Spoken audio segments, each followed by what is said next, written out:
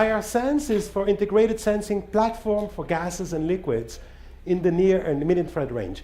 So near and mid-infrared, of course, are two important keywords, and also it's optical. It's also a big, relatively large consortium covering two groups in ETH, one group in Fachhochschule Nordwestschweiz, EMPA playing a big role, EPFL both on the Lausanne and the Neuchâtel site, and also University of Neuchâtel.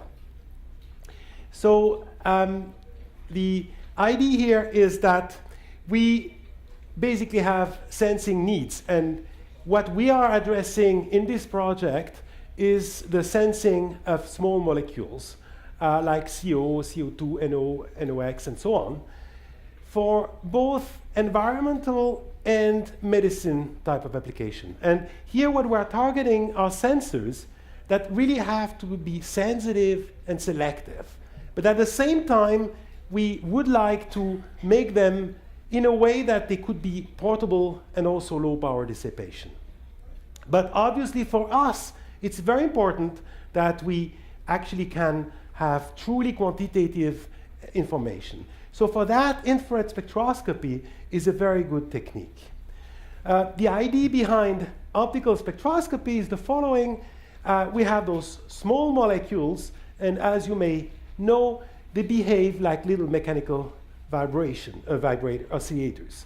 And therefore, here the oscillation frequencies of these little oscillators is of course dependent on the chemical nature of this molecule, but also on the isotopical nature. Now, when you sweep a frequency, a optical beam, and you sweep the frequency of this optical beam, and when you hit the right frequency, you can excite those oscillations. And you can basically, by looking at either the absorption of the light or the emission of an acoustic wave, you can actually detect the presence in a quantitative way of this molecule. But also, as I said, those vibrations being also dependent on what isotope of the molecule you have, you're also isotopically sensitive, which is quite unique in this type of things. Now, why are we interested in this mid-infrared frequency range and near-infrared? Is because the fundamental mode of vibration of these molecules definitely lie in this mid-infrared to near-infrared range. And that's where these molecules have their strongest absorption line. Now, it's relatively recent that we can develop efficient optoelectronics in this frequency range, and that's thanks to the development of new sources like quantum cascade lasers, for example. This is an example of such a measurement of here, it's NO, and you see it simply by tuning the laser across these two frequency bands, you can detect these two frequency bands of NO. Now, as I said, this is to develop now a sensor based on these optical techniques means that you need to worry about having the proper optical source. You need an interaction region where the light will be absorbed. You need obviously also a software and some benchmarking of your measurement and a detection system. And that we decided to address both gas and liquid application.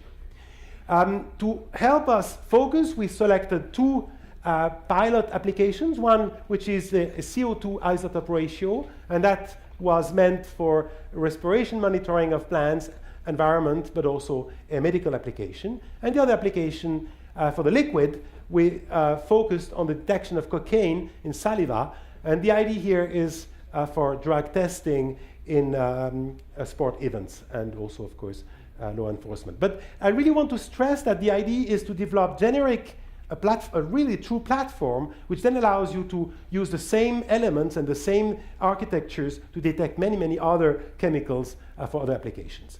And of course, very important is the fact that we want to have something that can be applied, and actually the first system was already developed in collaboration between EPFL and an industrial partner, and it's being commercialized.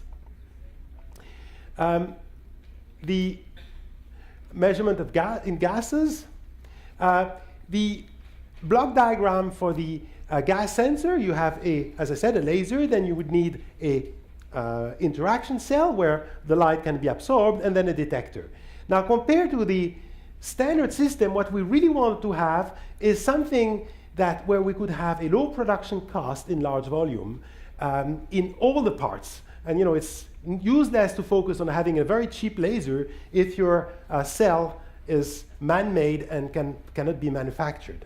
So compared to what was being done in the industry usually, what we did is to replace the detector that is usually mercurocalcium telluride with something which is based on 3.5, which you can mass produce easily, and in that case would be a quantum cascade detector. And we also changed and designed a special cell. Now, this special cell was a cylindrical cell, as you see, and the first prototype was built out of cylindrical mirrors, and we showed by benchmarking this cell compared to other the commercial instrument that we could reach basically as good, if not better, than the commercial instrument. And then we could move to the second generation cell, which is now a cell which is one toroidal cell. You see the idea is that the beam comes in and then bounces a large number of times, then exits, and it's refocused by the fact that it's toroid. Now, obviously, each time you do something new, you have new problems, and we had to solve. Actually, the people from EMPA had to solve the problem of surface roughness, and they basically designed a way to get rid of around those problems and have a very good performance in the end. Now, this also, in this system, you have to have a software, and the software was actually made in the Fachhochschule in Ostwestschweiz, which allowed you, it's a very impressive piece of software, which allows you to really have a real-time fitting of the absorption lines of your gases. Now, this is the sort of prototype number one of the system, and you see it already contains now a low dissipation QCL. It contains a small cell. It contains a quantum cascade detector, and really the goal would be to now. If you focus on the key parts, they are relatively small. It would be to try to make kind of a prototype out of this, few parts that are now still assembled on an optical table. And this system was actually tested, and here is a measurement that was again done in EMPA of a carbon 13 to 12 ratio, and this is an Allen plot, and you see that they could reach the target value of 0.1 per thousand quite nicely, and even go below, and this using a quantum cascade detector. That's really a world first, that a whole system working the infrared, all based on 3.5 technologies, and still operating with really as good as the best instruments in the market. With that, also would like to again stress that the work was done really as part of a relatively large team with the expertise of many groups in Switzerland contributed. Again, in ETH, it was a group of Markus Sigrist and myself. In EPFL, there was a group of Elie Capon on one hand, the group of Charbon and Hans-Peter Herzig, and then University of Neuchâtel for the detectors, Daniel Hofstetter, Fachhochschule in Ostwestschweiz with Herbert Loser, and in EMPA, the group of Lukas Menegger provided many contributions. So with that, sorry, thank you again.